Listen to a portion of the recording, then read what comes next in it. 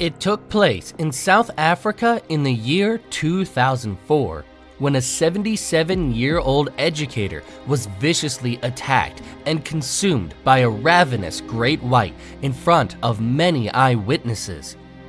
This breathtaking sight features waters that are incredibly clear blue and a lovely stretch of white sand beaches that are bordered by mountains that are truly awe-inspiring. The beach is regarded as a popular destination for people who like to swim, sunbathe, and participate in water sports.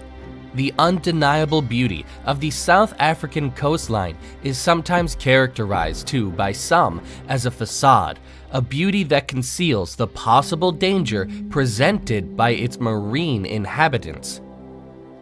It is well known that the waters in this specific region are believed to be home to a number of different deadly sea species, the most renowned of which being the great white shark, sightings of which are reported to be very common in these waters. This list includes bull sharks, tiger sharks, and bronze whaler sharks, and it is well known that these sharks' common prey items, such as Cape fur seals, are highly prevalent in these waters. Given cat information, it is not surprising Fishhook Beach is plagued by an average of 7 great white shark attacks on humans each year, 10 of which result in death. It is the 13th of November in 2004, and a group of local fishermen are heading back to bay with a large catch after a day of fishing. Included in their haul is a large school of steenbergs, which are powerful fish whose thrashing causes the water's surface to give the impression that it is boiling, as described by Kalk. Protocols for fishing in the steenberg are a protected species that have to be returned to their natural habitat right away. If accidentally caught, the fishermen are unaware that they have hauled in a large school of them in lure net.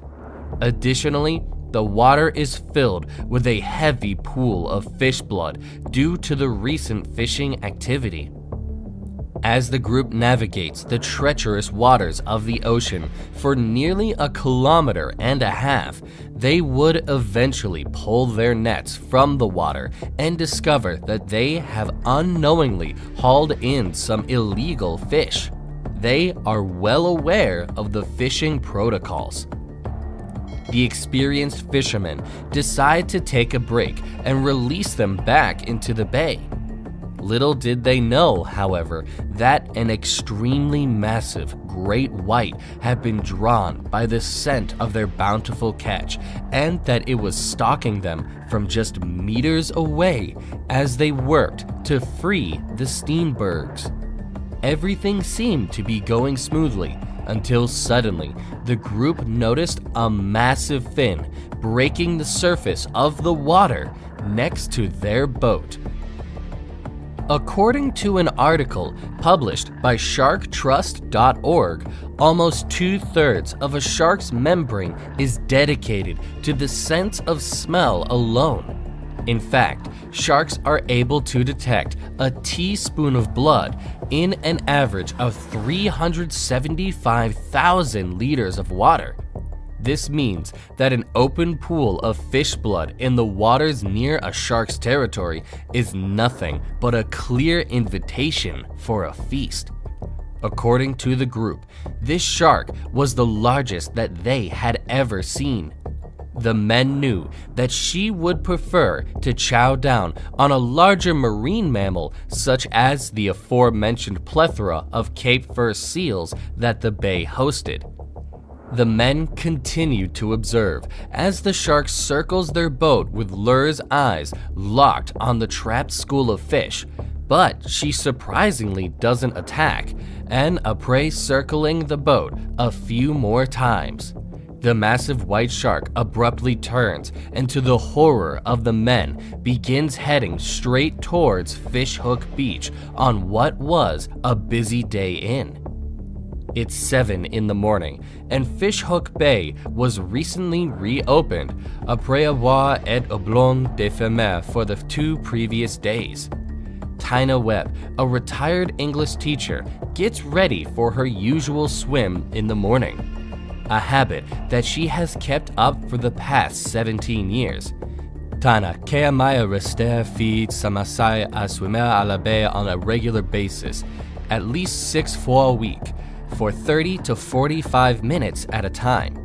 On this particular day, however, little does she know that she has slipped into her swimsuit and donned her favorite red cap for what would be the final time as she dives into the water and swims out against the shore for approximately 60 yards. Tyna's husband had recently passed away, and she was unable to continue her routine of swimming. Tyna makes her way down the surface of the incredibly clear blue water with a graceful stroke and then begins doing her customary laps parallel to the shoreline. The wind is light and blowing from the south to the southeast, which means that there aren't whitecaps to cover up the sound of her splashing arms and legs. This is a major attractant for curious sharks, since they are quite capable of perceiving minor vibrations in the water. Although there were approximately 30 to 40 people on the shore at the time, only 2 people, including Tyna, attend in the water as she continued to swim. A giant fin suddenly broke the surface, approximately 25 yards away from her. She accidentally places herself directly in front of the shark, and in an instant she freezes in horror as she finds herself looking into the beady eyes and gray head of an incredibly massive great white. At that moment, the shark violently breaks out of the water in front of her, causing a spike of adrenaline to surge through her veins. Tyna makes frantic efforts to swim away from the shark to the best of her ability. But of course, there was no way she was out swimming a shark, especially one this massive and powerful. And before she could let out another scream, the massive white then lunged at her with a speed of approximately 100 yards per minute and rammed her in the midsection, delivering a devastating bite to her abdomen. The shark then released her from its formidable jaws, and witnesses on the beach watched in stunned silence. The water around Tyna acquires a blood-red color, and within seconds, the shark reappears and bites her around the same place of her torso, causing her gut to pierce open and her guts to spill out of them in a sight that looks like it was taken directly from a horror movie.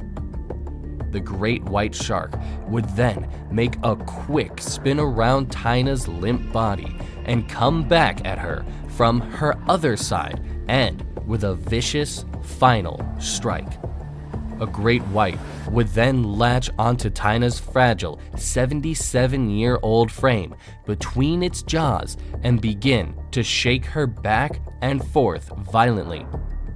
This is a technique that great white sharks frequently use to rip chunks of flesh and fat off a lure prey. At this point, the witnesses on the beach reported that the shark would once again release Tyna and proceed to swim in circles around her for approximately 3 times before moving on. Before capturing her for the final time, at which point it would pull her below the surface where she would never be seen again. The onlookers, frozen with fear and horror, were helpless to do anything but watch the shark's dorsal fin rip through the waves for the very last time before it vanished completely. After her departure, 2 rescue boats from the National Sea Rescue Institute and a patrol craft from the South African Navy were deployed to look for Tyna's remains, and a Red Sky Med helicopter was also sent to the location. Despite a valiant effort by search and rescue teams, no trace of Tyna, except for her red swimming cap, which had been floating near the scene of the initial attack, would be found. After several hours of searching the waters around the scene of the attack, the officer in the copter would eventually spot the shark in the area of Clovelly near Fishhook.